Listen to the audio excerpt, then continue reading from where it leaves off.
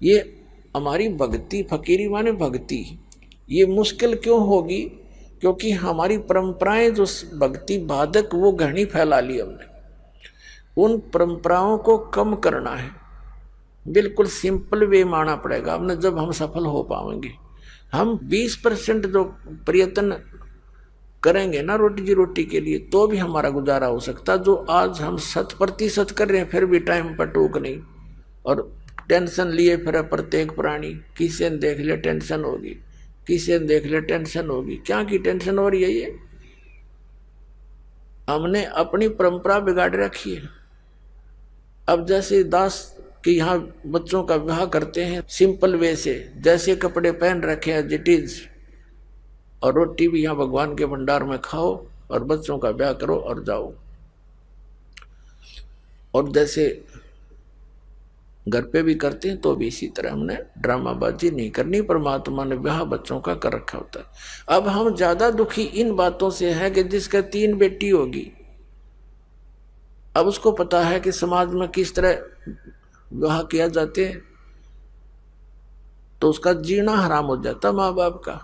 हम विवाह शादी में जो खर्च करते हैं बंद करना पड़ेगा, और ना ही ज्यादा संग्रह करने की नीत बनाओ, क्योंकि हमने सफर भी तय करना। सतलोक जाने वाले मार्ग पर हम चल पड़े। अब यात्री घना वजन उठाकर सफर तय नहीं कर सकता। कोठी भी बना लूं, बंगले भी बना लूं, फलाना भी कर दूं, नहीं। आवश्यक वस्तुएं अवश्य लो, बनाओ, अनावश्यक मत करो। रीति रिवाज खत्म करो जो यहाँ बेतुकी बना रखी है। एक लड़की का विवाह कर दिया, फिर उसको हमने बोझ न्यू मान लिया कि पहले तो यहाँ खर्चा गणा करें, लोग दिखावा करना पड़ा, देखम देखा।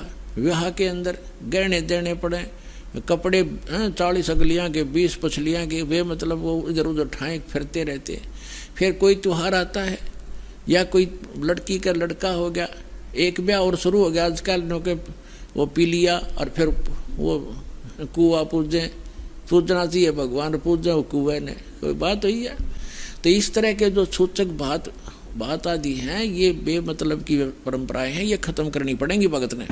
जैसे हम दहेज लेते हैं, अब गरीब आदमी अपनी बेटी को पराई करने के लिए, सामने वाले उस भेड़िए का मुंह बंद करने के लिए चाहे कुछ भी करना पड़े, बेटी पराई करनी है, ऐसी समस्या उसके सामने होती है। और वो व्यस खा रहा, उसको पता नहीं, और वो दुख पाकर आत्मा मोस के कहीं से कर्जा उठाकर बेटी पराई करता है। अब हमने ये प्रतिज्ञा करनी है कि ना दहेज लेंगे ना देंगे, चाहे ब्याह हो चाहे ना हो। और क्यों कैसे ना होगा? वाह भाई वाह, भगवान ने संस्कार जोड़ रखा, उसने मिटा कौन देगा? वो तो जबरदस्ती होगा, ना चाहते हुए भी होगा। ये तो हम बकवाद करते हैं, सिर्फ इन पैसे वालों ने शुरू की थी, मायादारी मस्करों ने। और मीडियम स्तर के गरीब व्यक्ति तो बेमतलब उस परंपरा में पीछे जाते हैं।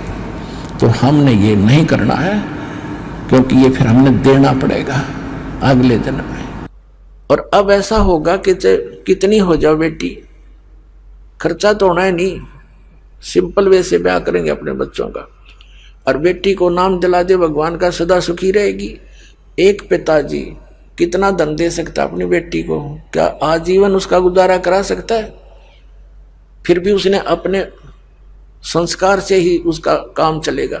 तो संस्कार हम अच्छे बनाएंगे, बचपन से मालिक से जोड़ देंगे उन बच्चों को, तो परमात्मा सदा साथ रहेगा। जहां हम उनका साथ नहीं दे सकते, वहां भगवान साथ देता है। तो हम दुखी इसलिए हो गए कि हम परमात्मा की उस लाइन से दूर चले गए, जिससे हमें सब सुविधाएं मिलनी थी। तो हम ये संस्कार घटाएंगे बढ़ाएंगे नहीं। यदि भक्ति करनी है, नहीं तो वे करो जो तुमने कर रहे हो, थारी मौज है। फिर भक्ति और मोक्ष की इंतजार मत करिए, लेकिन मर्यादा भंग करके चलोगे तो मर्यादा में रहो। आप भी सुखी, आपके बच्चे भी सुखी, आपकी बेटी भी सुखी रहेगी, क्योंकि आप उसको भगवान से जोड़ दो।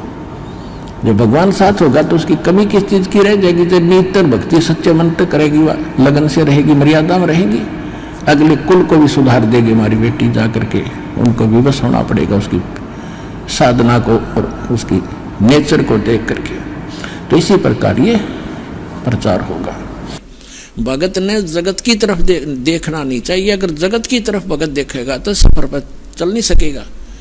और परमात्मा कहते हैं कुल करने के कारण ये हंसा गया बिगो, और फिर यो कुल के कर लेगा जब तुम चार पाया का हो। आज तो इस कुल के रिवाजों को देखकर भक्ति से दूर हो गया, उनके लोक लाज में आके।